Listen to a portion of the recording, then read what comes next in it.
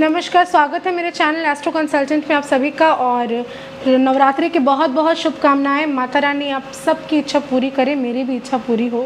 और जितने भी लोग व्रती हैं जो उपवास कर रहे हैं, माता रानी सबकी मनोकामना पूरी करें। और जो लोग मन से माता रानी को मानते हैं, भगवती की आराधना कर रहे हैं, राम जी की उपासना कर रहे हैं, बजरंग बली की पूजा करते हैं, आशा करती हूँ उन सारे जितने भी दुख हैं जीवन में, उन लोगों के सारे दुख और कष्ट माता रानी हर लें।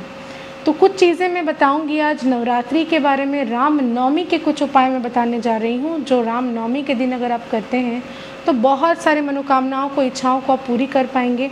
जो भी समस्याएं लाइफ में इतने दिन से चल रही हैं, वो सारी समस्याओं का हल आपको मिलेगा। आशा करती हूँ कुछ उपाय करके जीवन को आप सफल बना सकते हैं।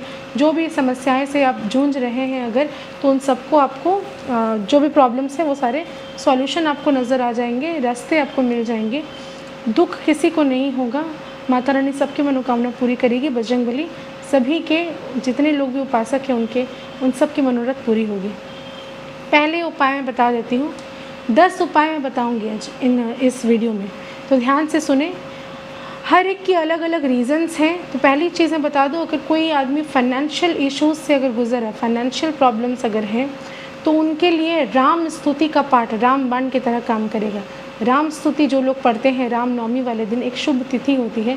तिथि के लिए आप मुझसे कांटेक्ट कर सकते हैं मेरे नंबर पे, मैं टाइमिंग सबको बता दूंगी अगर करना है तो उस वक्त राम स्तुति अगर आप करते हैं उस तिथि के अनुसार, तो बहुत जल्दी आपके जितने भी फाइनेंशियल क्राइसिस से आप गुजर रहे हो, आपके ऊपर जितने भी कर्ज हो, जितनी भी परिस्थिति ख़राब हो, पैसा नहीं आ रहा है, अपॉर्चुनिटीज़ नहीं मिल रही है, पैसा रुका हुआ है, नहीं आप आ पा रहे हैं, तो उससे आपको मुक्ति मिलेगी, फाइनेंशियल क्राइसिस दूर होगा। इसके अलावा जिन लोगों को संतान नहीं हो रही है, बहुत दिन से कोशिश कर रहे हैं, बच्चे की प्रॉब्लम जिसको है, तो मैं एक ही चीज़ बताऊंगी, कन्या भोजन करवाने की कोशिश करें।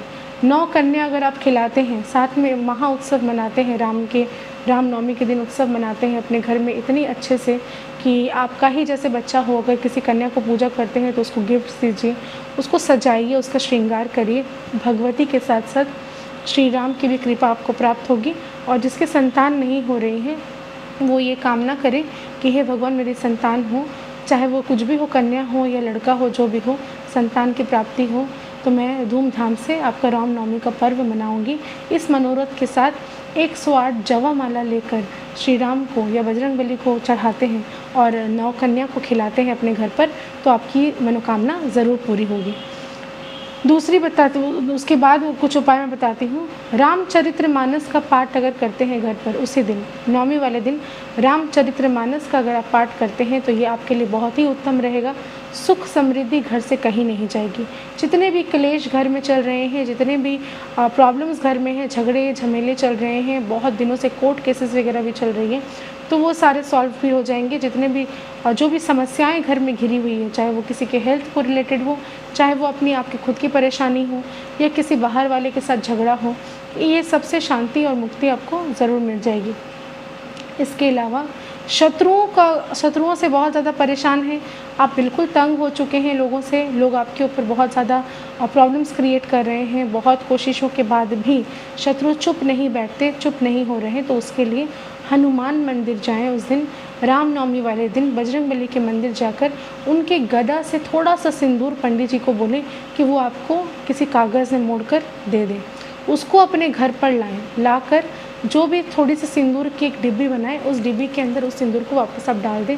डालने के बाद उस सिंदूर को आप राम जी और सीता जी पर, उनके पाँव पर उनको अर्पित करके अपनी इच्छा व्यक्त करें। बजरंग बली आपके शत्रुओं का भी नाश करेंगे। बहुत दिन से परेशान कर रहे हैं जो शत्रु, वो भी आपके नाम से थर्राएंगे। इसके अलावा राम मंत्र का पाठ करें, बजरंग बाण का पाठ करें, सुंदर कांड का पाठ करें। जो व्यक्ति जो भी पाठ कर सकता है, किसी एक पाठ को लेकर बैठे और उसको पूरा करने की कोशिश करें। इससे क्या होगा कि आपके जितने भी नेगेटिविटीज़ हैं, जितने भी पाप हैं, वो सारे पापों का नाश हो जाएगा। सारे आपके जितने भी काम, बिगड़े काम हैं जो बन नहीं रहे हैं, वो सारे काम बनने लगेंगे। अगर किसी तरह से घर में नेगेटिव एनर्जीज़ है तो वो भी चली जाएंगी। एक और बात मैं बता दूं कि जिन लोगों को बहुत दिनों से समस्या है, किसी भी चीज़ को लेकर काफ़ी लंबे समय से आप भोग रहे हैं, आपको रीज़न भी नहीं समझ में आ रहा कि ये क्यों हो रहा है, तो इसका भी नाश होता है। उसके बाद बता देती हूँ, रामनवमी वाले दिन राम का ध्वजा लाएं, बजरंगबली बना हुआ, जय बजरंगबली लिखा हुआ, जय श्री राम लिखा हुआ ध्वजा मिलता है जो कि ट्रायंगल की तरह रहता है। वो ट्रायंगल वाला ध्वजा खरीद के लाएं, एक बांस में वो लगी हुई रहती है।